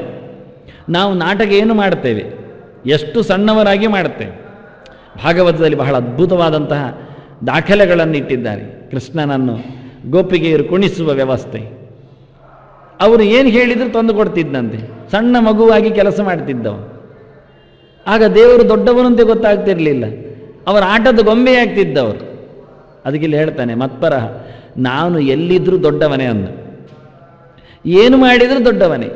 ದೊಡ್ಡವರು ಏನು ಮಾಡಿದರೂ ದೊಡ್ಡತನ ಹೋಗುವುದಿಲ್ಲ. ಸಣ್ಣವರಿಗೆ ಮಾತ್ರ ಎಲ್ಲಿಯಾದರೂ ಸಣ್ಣತನ ಬಂದ ತಕ್ಷಣ ಅವರು ಹೆದರಿಕೊಂಡು ಹೋಗುವುದು. ಯಾಕೆ? ಅವರು ಮೊದಲೇ ತಿಳ್ಕೊಂಡಿರ್ತಾರೆ ನಾನು ಭಾರಿ ದೊಡ್ಡವ ಅಂತ. ಅದೇ ಕಷ್ಟ. ಇರುವ ಸಣ್ಣತನವನ್ನೇ ದೊಡ್ಡ ಸಂಗತಿಯಾಗಿ ಮಾಡಿಕೊಂಡವರಿಗೆ ಯಾವ ಸಣ್ಣ ಕ್ರಿಯೆಯೂ ಸಹ ಮಾಡಲಿಕ್ಕೆ ಆಗುವುದಿಲ್ಲ, ಅಳಕು ಆಗತ್ತೆ. ದೊಡ್ಡವರಿಗೆ ಏನು ಕೆಲಸ ಮಾಡಿದರೆ ಆಗತ್ತೆ. ಅದನ್ನು ರಾಜಸೂಯ ಇಡೀ ಜಗತ್ತು ಸೇರಿದ ಸಂಭ್ರಮ ಪಾಂಡವರಲ್ಲಿ. ಒಬ್ಬೊಬ್ಬರು ಒಂದು ದೊಡ್ಡ ದೊಡ್ಡ ಕೆಲಸದಲ್ಲಿ ನಿಂತಿದ್ದಾರೆ. ಆದರೂ ಕೃಷ್ಣ ಹೋಗಿ ಧರ್ಮರಾಜನಲ್ಲಿ ಕೇಳ್ತಾನೆ, ನನಗೆ ಎಂತ ಕೆಲಸ ಅಂತ. ಧರ್ಮರಾಜ ಹೇಳ್ತಾನೆ, ನಿನಗೆ ನಾನು ಕೆಲಸ ಹೇಳುವಲ್ಲಿಯೇ ಇಲ್ಲ ಅಂದ. ನಿನಗೇನು ಕೆಲಸ ಹೇಳುವುದು ನಾನು? ನಿನಗೇನು ಕೆಲಸ ಉಂಟು? ನಿನ್ನನ್ನು ಯಾರು ದುಡಿಸಿಕೊಳ್ತಾರೆ ಅಂತ. ಅದಕ್ಕೆ ಕೃಷ್ಣ ನಾನೇ ಒಂದು ಮಾಡಿಕೊಳ್ಳುತ್ತೇನೆ ಅಂತ ಹೇಳಿ ಬಾವಿಕಟ್ಟೆಯಲ್ಲಿ ಹೋಗಿ ಚರಣ ಕ್ಷಾಲನಾರ್ಥಾಯ ಬ್ರಾಹ್ಮಣಾನಂ ಸ್ವಯಂ ಹ್ಯಭೂತ್. ಧರ್ಮರಾಜ ಹೇಳಿದ್ದಲ್ಲ, ಅವನೇ ಹೋಗಿ ನಿಂತದ್ದು ಬಾವಿಕಟ್ಟೆಯಲ್ಲಿ. ಬಂದವರ ಕಾಲು ತೊಳಿತೇನೆ ಅಂತ. ಅದು ಯಾರದ್ದು? ಜ್ಞಾನಿಗಳದ್ದು ಮಾತ್ರ. ಅವನ ಪರಿಚಯ ಯಾರು ಮಾಡಿಕೊಂಡಿದ್ದಾರೆ, ಅವನ ಗುರುತು ಯಾರಲ್ಲಿ ಇದೆ, ಅವರ ನಾಮ ಯಾರ ನಾಲಿಗೆಯಲ್ಲಿ ತೂಗಾಡಿದೆ, ಅಂಥವರದ್ದು ಮಾತ್ರ. ಉಳಿದವರಿಗೆ ಸಂಗತಿ ಇಲ್ಲ. ಮತ್ತೆ ಬಂದವರಿಗೆ ಕಾಣಲಿಕ್ಕೆ ಬೇಕು. ಒಳಗೆ ಹೋದಾಗ ಪಾಂಡವರ ರಾಜಸೂಯದಲ್ಲಿ ಯಾರದ್ದು ಕೆಟ್ಟ ದೃಷ್ಟಿ ಬೀಳಬಾರದು. ಅದಕ್ಕೆ ಶುಕ್ಲಾಂಬರಧರಂ ವಿಷ್ಣುಂ ಶಶಿವರ್ಣಂ ಚತುರ್ಭುಜಂ ಪ್ರಸನ್ನವದನಂ ಧ್ಯಾಯೇತ್ ಸರ್ವವಿಘ್ನೋಪಶಾಂತಯೇ ಅಂತ ಕೃಷ್ಣ ಒಂದು ಹೇಳಿಕೊಂಡಿದ್ದಾನೆ. ನನಗೆ 2 ಜನ ಆಗುವುದಿಲ್ಲ. ಯಜ್ಞವಿಘ್ನಕರಂ ಹನ್ಯಾಂ ಪಾಂಡವಾನಂಚ ದೌರ್ಹದಂ ಅಂದ. ನನಗೆ ಪೂಜೆಗೆ ಅಡ್ಡಿ ಬರುವವರು ಅಂದರೆ ಆಗುವುದಿಲ್ಲ, ಅವರನ್ನು ಕೊಲ್ತೇನೆ. 2ನೇದ್ದು, ಪ್ರಾಣತತ್ವಕ್ಕೆ ಯಾರು ಅಪಚಾರ ಬಗಿತಾರೆ ಅವರನ್ನು ಮುಗಿಸ್ತೇನೆ. ನನ್ನ ಕ್ರಮ ಆಗಿ ಇಲ್ಲಿಗ ಪ್ರಾಣರು ಪಂಚಪಾಂಡವರಾಗಿ ನಿಂತಿದ್ದಾರೆ. ಹಾಗಾಗಿ ಅವರಿಗೆ ತೊಂದರೆ ಮಾಡುವವರು ನನಗಾಗುವುದಿಲ್ಲ, ನನ್ನ ಪೂಜೆಗೆ ಅಡ್ಡ ಬರುವವರು ನನಗಾಗುವುದಿಲ್ಲ ಅಂದಿದ್ದಾನೆ. ಅದರಿಂದ ಇವತ್ತು ಅವನ ಪೂಜೆಯೂ ಹೌದು, ಅದು ಪಾಂಡವರ ಪ್ರಾಣನ ಸೇವೆಯೂ ಹೌದು. ಹಾಗಾಗಿ 2 ಕಾರಣ ಒಟ್ಟಾಗಿದ್ದರಿಂದ ಇಲ್ಲಿಗೆ ವಿಘ್ನ ಬರಬಾರದು ಅಂತ ಮೊದಲು ಹೋಗಿ ನಿಂತಿದ್ದಾನವನು. ಆದ್ದರಿಂದ ಆದೌ ಎಂಥದು? ಆದೌ ಗಣಪತಿ ಪೂಜಾಂಕರಿಷ್ಯನ ನಿಶುಸೀದ ಗಣಪತೆ. ಜೀವಗಣಗಳ, ರುಜುಗಣಗಳ, ದೇವತಾ ಗಣಗಳ ಇಡೀ ಅಖಂಡ ಸಾಮ್ರಾಜ್ಯದ ಒಡೆಯನ ದರ್ಶನದು, ಮಹಾಗಣಪತಿ ದರ್ಶನದು. ಭಗವಂತ ನಿಂತಿದ್ದ. ಅದಕ್ಕೆ ಬಾವಿಕಟ್ಟೆಯಲ್ಲಿ ನಾನೇ ನಿಂತು ಬಂದವರಿಗೆ ಕಾಲು ತೊಳೆಯುವುದು, ಎತ್ತಿಕೊಂಡೋಗಿ ಅವನನ್ನು ಪೂಜೆಗೆ ಇಟ್ಟರು. ನೋಡಿ, ಮಹಾಪೂಜೆ ಅವನಿಗೆ ಆಯಿತು, ಪ್ರಧಾನ ಸೇವೆ ಅವನಿಗೆ ನಡೆಯಿತು. ಅದರಿಂದ ಎಷ್ಟು ದೊಡ್ಡವ ಅವ, ಎಂಥ ಸಣ್ಣ ವೃತ್ತಿಯಲ್ಲಿ ಯಾವ ಮೂಲೆಯಲ್ಲಿ ಕೂತಿದ್ರು ಅವನ ಯೋಗ್ಯತೆ ಎನ್ನುವುದು ಸಾರ್ವಕಾಲಿಕ ಸತ್ಯ. ಮನ್ನೆಣೆಗೆ ಎಲ್ಲಿಯೂ ಸಹ ಅಪಚಾರ ಆಗುವುದಿಲ್ಲ, ಅದು ಇದ್ದದ್ದೇ. ಅದು ತೋರಿಸಿಕೊಂಡು ಕೃಷ್ಣ ಹೇಳಿದ ಮತ್ಪರಹ ಅಂದ, ನಾನೇ ದೊಡ್ಡವ. ಯಾವ ರೀತಿ ನಾನು ಏನು ಮಾಡಿದರೂ ದೊಡ್ಡತನ ಅಳಿಸುವುದಿಲ್ಲ ಅಂದ. ನನ್ನ ಯಾವುದೋ ಲೀಲೆ ನೋಡಿ, ನನ್ನ ಯಾವುದೋ ಅವತಾರ ನೋಡಿ, ನನ್ನ ಯಾವುದೋ ಕರ್ಮದಿಂದ ನೀನು ನನ್ನನ್ನು ಬದಿಗಿರಬೇಡ. ಪುರಾಣಗಳು ಅನೇಕ ಭಾಷೆಗಳಲ್ಲಿ ಹೇಳುತ್ತವೆ, ಪುರಾಣಗಳೇ ಹೇಳುತ್ತವೆ, ನಾವು ಹೇಳಿದ್ದು ನಿಮಗೆ ಅರ್ಥ ಆಗುವುದಿಲ್ಲ, ನಮ್ಮನ್ನು ಮಾತಾಡಿಸಲಿಕ್ಕೆ ಸುಮ್ಮನೆ ಬರಬೇಡಿ, ಎಲ್ಲ ಓದಿಕೊಂಡು ಬಂದರೆ ನಮಗೆ ಹತ್ತಿರ ಮಾತಾಡಲಿಕ್ಕೆ ಆಗತ್ತೆ ಅಂತ ಅವುಗಳು ಹೇಳ್ತಾರೆ. ನಾವು ಇವತ್ತು 4-6 ತರಗತಿ ಇಂಗ್ಲೀಷ್ ಮೀಡಿಯಮ್ಮಲ್ಲೇ ಓದಿಕೊಳ್ಳಿ, ಅವರಿಗೆ ಹೋಗಿ ಶೇಕ್ಸ್ಪಿಯರ್ ಡ್ರಾಮಾ ಕೊಟ್ಟರೆ ಅರ್ಥ ಮಾಡ್ತಾರೆ ಅವರು, ಅರ್ಥ ಆಗತ್ತೆ ಅವರಿಗೆ. ಅಯ್ಯ, ನಗು ಬರ್ತದೆ. ಶೆರ್ಲಾಗೆಲ್ಲ ಅರ್ಥ ಆಗುವುದಿಲ್ಲ ಉಂಟು, ಭಾಳ ಕಷ್ಟ ಉಂಟು ಅದು. ಕಾಲೇಜಿನವರಿಗೆ ಅರ್ಥ ಆಗೋದಿಲ್ಲ, ಲೆಕ್ಚರ್ಸಿಗೆ ಗೊತ್ತಿರುವುದಿಲ್ಲ ಕೆಲವೊಮ್ಮೆ, ಎಂಥದ್ದು ಹೇಳಿಕೊಂಡು ಹೋಗ್ತಾರೆ ಕೊನೆಗೆ. ಹೀಗೆ ಸಂಸ್ಕೃತ ಇದಕ್ಕಿಂತ 100 ಪಟ್ಟು ಮಿಗಿಲು. ಅದರಲ್ಲಿರತಕ್ಕ ಸ್ವಾರಸ್ಯ ಅದರ ಆಳಕ್ಕೆ ಹಿಡಿದವರಿಗೆ ಗೊತ್ತು. ನನಗೆ ಹೇಳಿದಾಗೆ ಮಚ್ಚಿತ್ತ ಇದ್ದಾಗೆ ಹೇಳುವಾಗ ಮಚ್ಚಿತ್ತ ಸತತಂಬವ, ಆದರೆ ಅದನ್ನು ನಮ್ಮ ಮುಟ್ಟುವಾಗ ರೋಮಾಂಚ ಆಗಬೇಕು. ಆ ಶಬ್ದಗಳು ಅಷ್ಟು ಚೆನ್ನಾಗಿರುತ್ತೆ. ಬೆನ್ನು ತಟ್ಟಿ ಕೃಷ್ಣ ಹೇಳುವಾಗಿರ್ತದೆ ಈ ಶಬ್ದಗಳನ್ನು. ಅರ್ಜುನನ ಬೆನ್ನು ತಟ್ಟಿದ್ದಾನೆ, ಮುಟ್ಟಿದ್ದಾನೆ. ನಾವೊಂದೊಮ್ಮೆ ಅರ್ಜುನನಾಗಿ ನಿಂತರೆ ಕೃಷ್ಣ ಮುಟ್ಟಿದ್ದು ಗೊತ್ತಾಗಬೇಕು ನಮಗೆ, ನೆನಪಿರಲಿ ಅನ್ನುವ ಒಂದು ಆ ಕಳಕಳಿ, ಆ ಸುಂದರವಾದಂತಹ ಟಚಿಂಗ್, ಅಂದರೆ ಮನಸ್ಸಿಗೆ ಮುಟ್ಟುವಂತಹ ಒಂದು ಅಪೀಲಿಂಗ್, ಆ ರೀತಿಯಾದ ಒಂದು ಸಂದೇಶ. ಅದಕ್ಕೆ ಹೇಳಿದ ಮತ್ಪರಹ ಅಂದ, ಯಾವ ಕಾಲದಲ್ಲಿಯೂ ನನ್ನ ಎತ್ತರತನಕ್ಕೆ ನೀನು ತೊಂದರೆ ಕೊಡಬಾರದು. ಅದಕ್ಕೆ ಚೇತಸ ಮತ್ಪರಹ ಅಂದ. ಆಯ್ತ್ರಿ ದೇವರು ದೊಡ್ಡವನು, ಹಾಗೆಲ್ಲ ಸುಮ್ಮನೆ ದೇಶಾವರಿ ಆಗಬಾರ್ದು, ಸಹಜ ಆಗಬೇಕಂತ. ಹೇಗೆ ಸಹಜ ಆಗುವುದು ಕೇಳಿದರೆ ಅದನ್ನು ನೀನು ಚಿಂತನೆ ಮೂಲಕ ಮಾಡಿಕೊಳ್ಳಬೇಕು. ಹೇಳಿದ್ದನ್ನು ಕೇಳಿ ಹೇಳುವುದಲ್ಲ. ಬುದ್ಧಿಯೋಗಂ ಉಪಾಶ್ರಿತ್ಯ ಮತ್ಪರಹ ಚೇತಸ ಸರ್ವಕರ್ಮಾಣಿ ಮೈ ಸನ್ಯಸ್ಯ ಮಚ್ಚಿತ್ತ ಸತತಂ ಭವ ಅಂದ. ಅದಕ್ಕೆ ಸ್ವಲ್ಪ ಬುದ್ಧಿ ಖರ್ಚು ಮಾಡಬೇಕು ಅಂದಾನೆ. ಬುದ್ಧಿ ಯೋಗಂ ಉಪಾಶ್ರಿತ್ಯ. ಸಂಬಂಧ ಹೇಗಾಗತ್ತೆ ಕೇಳಿದರೆ ತಲೆಯ ಸಂಬಂಧ ಆಗುತ್ತೆ, ಬುದ್ಧಿಯ ಸಂಬಂಧ ಆಗುತ್ತೆ, ಜ್ಞಾನದ ಸಂಬಂಧ ಆಗುತ್ತೆ. ಹೇಳಿದ್ದಾನೆ ಕೇಳಿದ್ದೇನೆ ಅಂತಲ್ಲ, ಅವರು ಹೇಳಿದ್ದಾರೆ ಅದು ಪ್ರಯೋಜನ ಇಲ್ಲ ಅಂದ. ನಿನಗೇನು ಅರ್ಥ ಆಯಿತು, ನಿನಗೇನು ಅನುಭವಕ್ಕೆ ಗಟ್ಟಿಯಾಯಿತು ಅದು ಹೇಳು ಅಂದ. ಅಂದರೆ ಕೇಳಿಕೆಯೇ ಕೇಳುವುದಲ್ಲ ಇಲ್ಲಿ, ಮನನವೇ ದೊಡ್ಡ ಸಂಗತಿ ಅಲ್ಲ. ನಿಧಿಧ್ಯಾಸಕ್ಕೆ ಶ್ರವಣ ಮನನ ನಿಧಿಧ್ಯಾಸನ ಮೂರು ಹೇಳ್ತಾರೆ.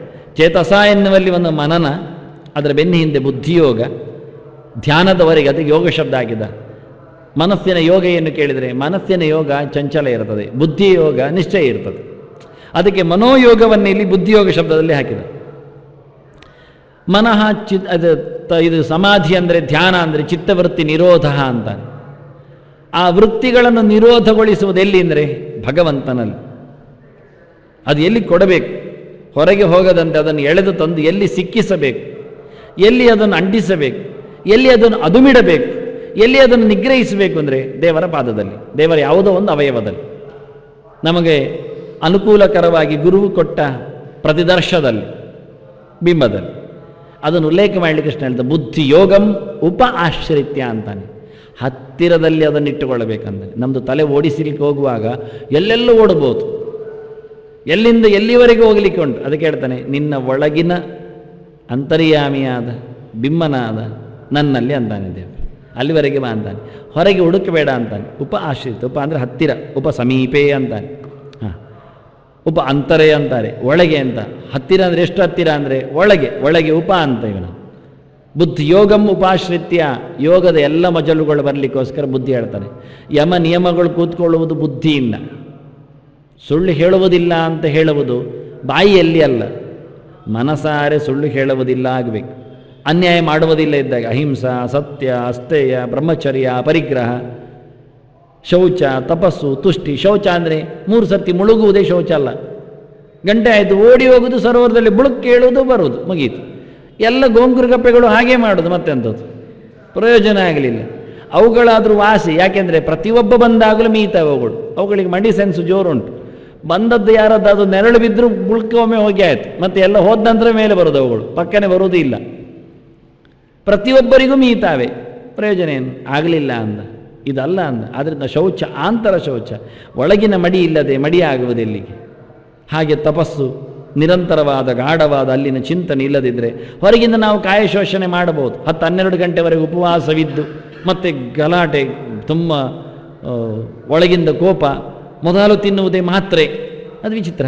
ಹೌದು, ನಾನು ಉಪವಾಸ ಕೂತ್ಕೊಳ್ಳಿಲ್ಲ, ಮತ್ತೆ ಹೊಟ್ಟೆ ಹಾಳಾಗತ್ತೆ. ಅದಕ್ಕೆ ಊಟಕ್ಕಿಂತ ಮೊದಲು, ಪ್ರಸಾದಕ್ಕಿಂತ ಮೊದಲು ತಿನ್ನುವುದೇನು ಕೇಳಿದರೆ ಮಾತ್ರೆ. ಇದು ಏನು ದೇವರು ಹೇಳ್ತಾರೆ, ನೀನು ಮಾತ್ರೆ ತಿನ್ನುವುದಾದರೂ ನಿಲ್ಲಿಸು, ಬೆಳಿಗ್ಗೆ ನನಗೆ ಸಮರ್ಪಣೆ ಮಾಡಿದ ಹಾಲು ಹಣ್ಣಾದರೂ ತಿನ್ನುಕೋ ಅಂತ. ಮಧ್ಯಾಹ್ನದ ಉಪವಾಸ ಇದ್ದು ದಿನಾ ಮಾತ್ರೆ ತಿಂದುಕೊಂಡು ಬದುಕುವುದಕ್ಕಿಂತ ಚಂದ ಅಲ್ವೇ ಇದು? ಪೂಜೆ ಎಷ್ಟು ನಮೂನೆ ಮಾಡಲಿಕ್ಕೆ ಬರುತ್ತೆ. 108 ಆರತಿಯಲ್ಲಿ ಪೂಜೆ ಮಾಡಲಿಕ್ಕೆ ಬರುತ್ತೆ, ಆಗ 1-3/4 ಗಂಟೆ ಜಾಸ್ತಿ ಬೇಕಾಗತ್ತೆ. 2 ಆರತಿಯಲ್ಲಿ ಪೂಜೆ ಮುಗಿಸ್ಲಿಕ್ಕೆ ಬರುತ್ತೆ, ಆಗ 40 ನಿಮಿಷ ಉಳಿಯುತ್ತೆ. ಯಾವುದೋ ಲೆಕ್ಕ ಹಾಕ್ಬೋದು. 45 ನಿಮಿಷ ತಡ ಮಾಡಿ ಮಾತ್ರೆ ತಗೊಂಡು ಪೂಜೆ ಮಾಡುವುದಕ್ಕಿಂತ ಅಥವಾ ಗಲಾಟೆ ಮಾಡುವುದಕ್ಕಿಂತ ಆರಾಮವಾಗಿ ಮತ್ತೆ ಬೇಕಾದರೆ ಆರತಿ ಮಾಡ್ತಾ ಇರುವ, ಜನರಿಗೆ ನೋಡಲಿಕ್ಕೆ ಬೇಕು ಮಾಡುವ, ಜನರನ್ನು ಕುಳ್ಳಿರಿಸುವ, ನಾವು ಮಾಡುವ, ಆರತಿ ಮಾಡ್ತಾ ಇರುವ. ಆರತಿ ಮಾಡಲಿಕ್ಕೆ ದೇವರನ್ನು ಮುಟ್ಟಿರಬೇಕು, ಅಲ್ಲಿ ಗಟ್ಟಿ ಇರಬೇಕು ಏನಿಲ್ಲ, ಎಷ್ಟು ದೂರದಲ್ಲಿಯೂ ಆರತಿ ಮಾಡುವ. ನೋಡಿ ಮಂತ್ರಾಲಯವೋ ಇನ್ಯಾವುದೋ ದೇಶದಲ್ಲಿ ನೋಡಿ, ಯಾರು ಎಷ್ಟೊತ್ತು ಆರತಿ ಮಾಡ್ಬೋದು, ಹೇಗೂ ಮಾಡ್ಬೋದು ಆರತಿ, ಅದೇನು ಪರವಾಗಿಲ್ಲ. ಹೇಗೆ ಪೂಜೆಯವರು ಮಂತ್ರ ಹೇಳ್ತಾರೆ, ಗಂಟಾವಣಿ ಅವೆಲ್ಲ ಅಲ್ಲಾಡಿಸ್ತಾರೆ, ನೀವು ಉಲ್ಟಾ ತಿರುಗಿಸಿದ್ರು ನಡೀತದೆ. ಹೇಗೆ ಏನಾದರೂ ಆಗತ್ತೆ, ತೋರಿಸುವುದು ಮಾಡಿ. ಕೆಲವರೆಲ್ಲ ದರ್ಶನ ಬರುವ ಹಾಗೆ ಕೈಕಾಲೆಲ್ಲ ಅವರಿಗೆ ಕುಂಬಾರೋದುಂಟು ಆರತಿಯಲ್ಲಿ, ಕೆಲವರು ದೇವರ ಮುಸುಡಿಗೆ ಆರತಿ ಇಡುವುದುಂಟು, ಕೆಲವರು ನೀವು ನೋಡಿರ್ಬೋದು ಆರತಿಗಳ ಲಕ್ಷಣ.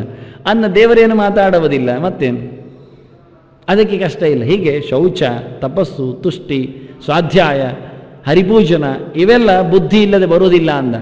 ಚೆನ್ನಾಗಿ ಕಸುವು ಇಲ್ಲದಿದ್ದರೆ, ಪರಿಶ್ರಮ ಇಲ್ಲದಿದ್ದರೆ, ಜ್ಞಾನದ ಸಹಕಾರ ಇಲ್ಲದಿದ್ದರೆ ಆಗುವುದಿಲ್ಲ. ಇದು ಹೇಳಿ ಕೇಳಿ ಕಂಡು ಮಾಡುವಂಥದ್ದಲ್ಲ. ಇಲ್ಲಿ ಎಲ್ಲ ನಮೂನೆಗಳು ಹಾಗೆ. ನಮಗೊಂದು ಬ್ರ್ಯಾಂಡ್ ಆಗಿದೆ, ಒಂದು ಶಬ್ದ ಬಂದಿದೆ ಸಂಪ್ರದಾಯ ಅಂದ. ಅಂದರೆ ಏನು ಅರ್ಥ ಕೇಳಿದರೆ ಅದವರು ಹಾಗೆ ಮಾಡ್ತಾ ಇದ್ದದ್ದು ನಾವು ನೋಡಿದ್ದೇವೆ, ಹಾಗೆ ಮಾಡೋದು ಅಷ್ಟೆ. ಎಂಥದಕ್ಕೆ ಯಾರಿಗೆ ಗೊತ್ತಿಲ್ಲ, ಅವರಿಗೆ ಕೇಳಿದರೆ ಅವರಿಗೆ ಗೊತ್ತಿಲ್ಲ. ಇದು ಸಂಪ್ರದಾಯ ರೀ. ಸಂಪ್ರದಾಯ ಅಂದರೆ ಏನು ಕೇಳಿದರೆ ಹಾಗೆ ಮಾಡ್ತಾ ಬಂದಿದೆ ಅಂತ. ಸಂಪ್ರದಾಯ ಅಂದರೆ ಹಾಗೆ ಮಾಡ್ತಾ ಬಂದದ್ದಕ್ಕೆ ಅಲ್ಲವೇ ಅಲ್ಲ, ಅದಕ್ಕೆ ಎಲ್ಲೇ ಒಂದು ಕಡೆಯಲ್ಲಿ ಮೂಲ ಇದೆ, ಇರಬೇಕು, ಹುಡುಕ್ಬೇಕು ನಾವು, ಅದು ಬೇಕು ನಮಗೆ, ಅದು ವಾಸ್ತವ. ಅದು ತಿಳಿದು ಮಾಡಬೇಕು. ತಿಳಿಯದೇ ಹೇಳಿಕೆಯಲ್ಲಿ ಮಾಡಲಿಕ್ಕೆ ಇಲ್ಲ. ನಿನಗೇನು ಗೊತ್ತಾಗಿದೆ, ನೀನು ತಿಳಿಯದ ಮುಂಚೆ ಮಾಡಬೇಡ ಅಂತ. ಪ್ರಯೋಜನ ಇಲ್ಲ ಅದು. ಅನ್ನು ವಾಸ್ತವವಾಗಿ ಯಥೇವ ವಿದ್ಯೆಯಾ ಕರೋತಿ ಇನ್ನು ಮೊದಲೇ ಹೇಳಿದ್ದು, ತಿಳಿದು ಮಾಡಿದೆಯಾ, ಮಾಡಿದ್ದಕ್ಕೆ ಫಲ ಕೊಡಲಿಕ್ಕೆ ನನಗೆ ಸರಿಯಾಗತ್ತೆ. ಇಂದು ಕೃಷ್ಣ ಅದನ್ನು ಹೇಳ್ತಿದ್ದ, ಪ್ರತಿಯೊಂದು ಕಡೆಯಲ್ಲಿ ಹೇಳ್ತಿದ್ದ. ಎಲ್ಲಕ್ಕಿಂತ ಮಿಗಿಲು ಜ್ಞಾನ ಅಂದಿದ್ದವನು, ಅತ್ಯಂತ ಮಿಗಿಲಾದದ್ದು. ಶ್ರೇಯಾನ್ ದ್ರವ್ಯಮಯಾದ್ಯಜ್ಞ ಜ್ಞಾನ ಯಜ್ಞಪ್ಪರಂತಪ ಅಂತ. ನನಗೆ ವಸ್ತು ಒಟ್ಟು ಮಾಡುವುದು ಬೇಡ, ಅದರ ಗುಣಮಟ್ಟಕ್ಕೋಸ್ಕರ ನೀನು ಕಾಳಜಿ ವಹಿಸಬೇಡ, ಪ್ರಧಾನವಾದದ್ದು ಅದರ ಅರಿವು, ಅದರ ಮೂಲ ಚಿಂತನೆ ಅಂತ. ಅದನ್ನಿಲ್ಲಿ ಎತ್ತಿಕೊಂಡ. ಬುದ್ಧಿಯೋಗಂ ಉಪಾಶ್ರಿತ್ಯ ಸರ್ವಕರ್ಮಾಣಿ ಮೈ ಸನ್ಯಾಸ್ಯ ಅಂತಾನೆ. ಕರ್ಮ ಬಿಡುವಂತಿಲ್ಲ, ಜ್ಞಾನ ಬರದೆ ಮಾಡುವಂತಿಲ್ಲ, ಎರಡೊಟ್ಟು ಸೇರಿಸಿಬಿಟ್ಟೆ ಇಲ್ಲಿ. ಅದರಿಂದ ಕೊನೆಯ ಹಂತದಲ್ಲಿ ಕೃಷ್ಣ ಹೇಳ್ತಾನೆ, ಕರ್ಮವನ್ನು ನನಗೆ ಒಪ್ಪಿಸು, ಅದರ ಫಲದ ಬಗ್ಗೆ ನೀನು ಆಸೆ ತೊರೆ, ನಾನು ಮಾಡುತ್ತೇನೆ ಮಾಡಿಸ್ತೇನೆ ಎನ್ನುವುದು ಗಟ್ಟಿ ಮಾಡು, ಯಾವ ಕಾಲದಲ್ಲಿ ನನ್ನ ನೆನಪಿರಲಿ, ಅದರೊಟ್ಟಿಗೆ ಎಚ್ಚರ ಆಗಿಕೊ. ಕರ್ಮ ಏನು ಮಾಡುತ್ತಿ, ಹೇಗೆ ಮಾಡಬೇಕೆನ್ನುವುದು ತಿಳಿದುಕೊ. ಜ್ಞಾನ ಇಲ್ಲದೆ ಕರ್ಮ ಮಾಡಿ ನೀನೇನು ಪ್ರಯೋಜನ ಇಲ್ಲ ಅಂತ. ಸುಮ್ಮನೆ ಅದನ್ನೇ ಮೂಢನಂಬಿಕೆ ಅನ್ನುವುದು, ದಡ್ಡವಾದ ನಂಬಿಕೆ. ಅರಿವು ಇಲ್ಲದೆ ಮಾಡತಕ್ಕಂಥ ಕರ್ಮಗಳು ಭಗವಂತನ ಇಷ್ಟ ಆಗುವುದಿಲ್ಲ. ಅಂದ ತಕ್ಷಣ ಅಲ್ಲಿ ಏನು ಇಲ್ಲ ಅಲ್ಲ, ಸೊತ್ತು ಇದೆ, ಮೂಲ ನಂಬಿಕೆ ಇದೆ. ಮೂಢನಂಬಿಕೆ ಇಲ್ಲ, ಮೂಲ ನಂಬಿಕೆ ಇದೆ. ನಾವು ಮೂಲದವರೆಗೆ ಹೋಗಲಿಲ್ಲ, ಯಾಕೆ ಪುರುಸೊತ್ತಿಲ್ಲ, ಅದು ಪ್ರಯೋಜನ ಇಲ್ಲ ಅಂತ. ಅದನ್ನ ಬುದ್ಧಿಯೋಗಂ ಉಪಾಶ್ರಿತ್ಯ ಅಂತಾನೆ. ಆ ಬುದ್ಧಿಯಲ್ಲಿ ಹೊರಗಿನಿಂದ ಅಧ್ಯಯನ, ಅದರ ಆತ್ಮ ಸಾಕ್ಷಾತ್ಕಾರ, ಅಧ್ಯಯನದ ಸಾಕ್ಷಾತ್ಕಾರ, ಆತ್ಮಸಾತ್ಕ್ರಮ ಅಂದರೆ ತನ್ನನ್ನು ನೋಡಿಕೊಳ್ಳುವುದು ಅದರಲ್ಲಿ. ಅದಕ್ಕೋಸ್ಕರ ಸಮಾಧಿಯವರೆಗೆ ಹೋಗಬೇಕು. ಧಾರಣೆ, ಧ್ಯಾನ, ಹೊರಗಿನ ಪ್ರತ್ಯಾಹಾರ, ಪ್ರಾಣಾಯಾಮ, ಆಸನ ಸಿದ್ಧಿ ಎಲ್ಲವೂ ಬರುವಂತೆ ಕೃಷ್ಣ ಯೋಗ ಶಬ್ದ ಹಾಕಿದ್ದಾನೆ. ಆದರೆ ಪ್ರಧಾನವಾದ ಯೋಗ ಶಬ್ದದಲ್ಲಿ ಬೇಕಾದ್ದು ಪ್ರಾಣಾಯಾಮ ಅಲ್ಲ, ಆಸನ ಅಲ್ಲ, ಪ್ರತ್ಯಾಹಾರ ಅಲ್ಲ, ಅಥವಾ ಸಮಾಧಿ ಅಂತ ಹೇಳಿಕೊಂಡು ಯಾವುದೋ ಒಂದು ಮಾತ್ರ ಚಿಂತನೆಯಲ್ಲಿ ನಿಲ್ಲುವುದಲ್ಲ.